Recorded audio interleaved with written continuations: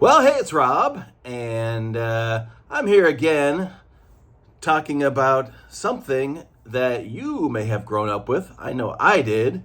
If you're of a certain age, I'll be 56. On Friday, you may have grown up with alien-sourced technology right in your own living rooms. What am I talking about? Well, it's the much-aligned and mostly forgotten 8-track tape. Yes, indeed.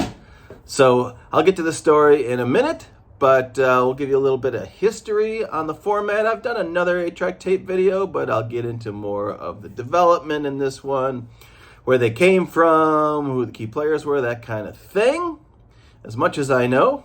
And we'll get started right here. So in the 1950s, there was technology similar to the 8-track tape cartridge called Fidelpack. And I believe that was just a 3-track tape. And I'm not really sure how that worked because, of course, stereo has 2 tracks, left and right.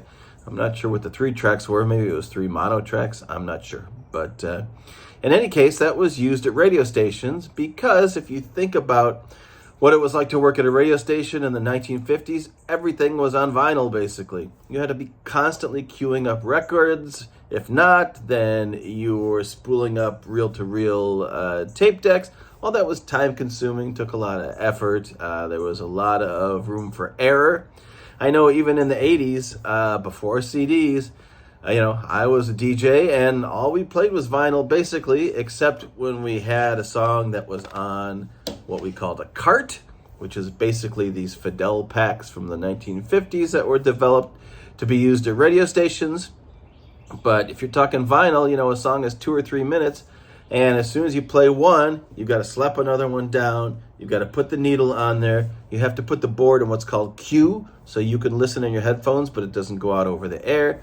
You have to get the record in the right position, right to where the first note is of the song.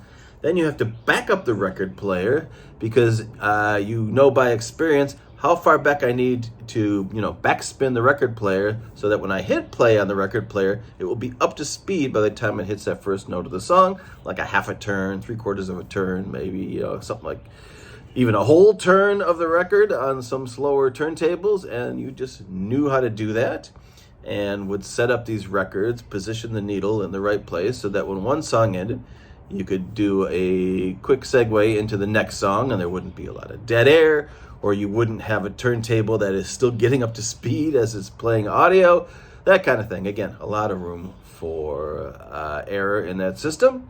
So radio stations were happy to have something called Fidelpacks, carts, that they could just pop in. I don't think they used it for music, at least back then, but they would probably use it for, the top of the hour radio station ID or a jingle or maybe a commercial or whatever, something that would be repeated over and over and over again. These, of course, are on a single loop, and I tore one apart in my other video, but basically it's just a loop that feeds back into itself. In any case, I can't even play this one, of course, because like so many of them, it broke at the splice. So they have a little splice, which makes it a continuous tape. I played good old Santana Abraxas, and this is a truck stop version. This is a bootleg 8-track. You can tell just by the label and the quality of the printing and that kind of stuff. These were very popular in truck stops and places like that, and there were distributors who would just come around and just pile on all these bootleg 8-track tapes. They got away with it for decades. It was easy to, of course, reproduce and make these in mass quantities, and for the most part, nobody really bothered you out in some truck stop and who knows where. So a lot of tapes that were out there were these bootleg copies. Of course, Santana didn't get any money from Abraxas here. I just noticed that picture of those two people. Ooh, wow. Anyway, so we'll move on from there and say that in the early 60s, there was a guy named Earl Madman Muntz. He was out in Southern California. He wanted to develop the format to be used in automobiles. And again, what formats were available to play music in cars other than the radio, of course? I mean, they had record players that would play 45s, I believe, in cars. Of course, they had to skip. It had to be a pain to play one, and you're going to play a 45 that lasts 3 minutes, and then you're going to take it off and play the next 40 in a car when you're driving. So not an ideal system, and Other than that, there was really nothing. So they wanted to develop a cartridge-based format like this where you could just pop in a tape. You're good to go. There you go. It's in the car, and slide it right in, and the music plays. Well, not this one, because you know what happened to this one. At the same time, Bill Lear of Learjet fame, the guy that started the Learjet company, wanted to have music in airplanes. Same thing. There was no portable format to play something like a cartridge in an airplane. So he developed this system, which, maybe was happening at the same time as that guy Muntz or whatever, but I'm not sure who came first, chicken or the egg kind of thing. Anyway, his company developed a system which he would call 8-track. And 8-track has 4 different programs. Each program would have 2 or 3 songs, and it would just repeat all the way through on an endless loop. You'd hear the group 1 of 3 songs, you'd hear program 2 of 2 or 3 songs, program 3, 4, and then it would just keep repeating. And you can, of course, select by pushing this selector button up here which program you want to start on. So if I want a song that's on program 3, I can select 3. If I want 4, I can select 4.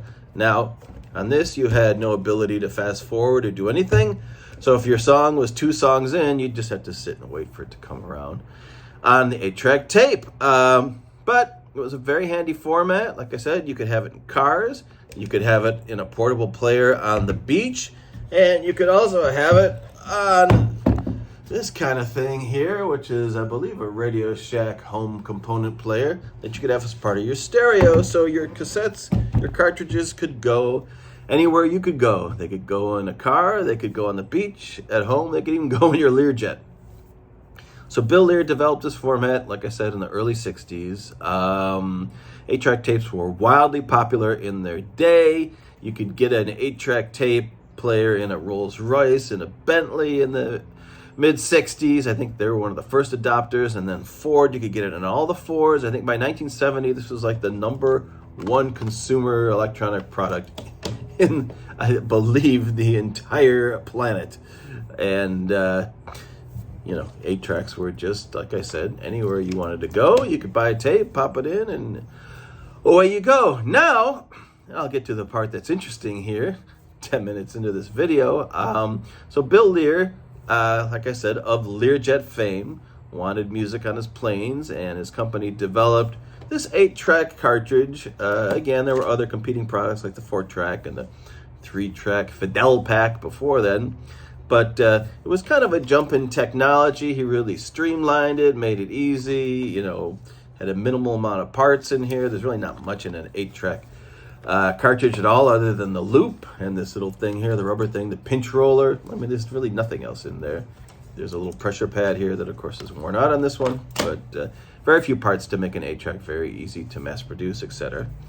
And so his company came up with this idea, which was kind of revolutionary at the time. And his son, John Lear, who was also a pilot, started talking about those early days and claims that the technology for 8-track tapes came from aliens.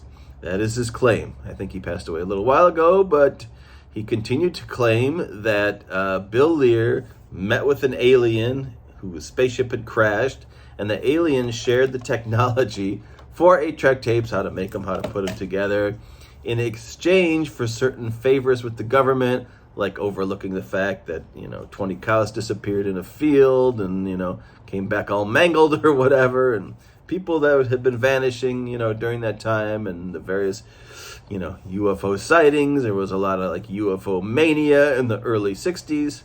And so John Lear's claim, his son, is that, in exchange for, certain favors, the aliens taught him how to make the 8-track tape.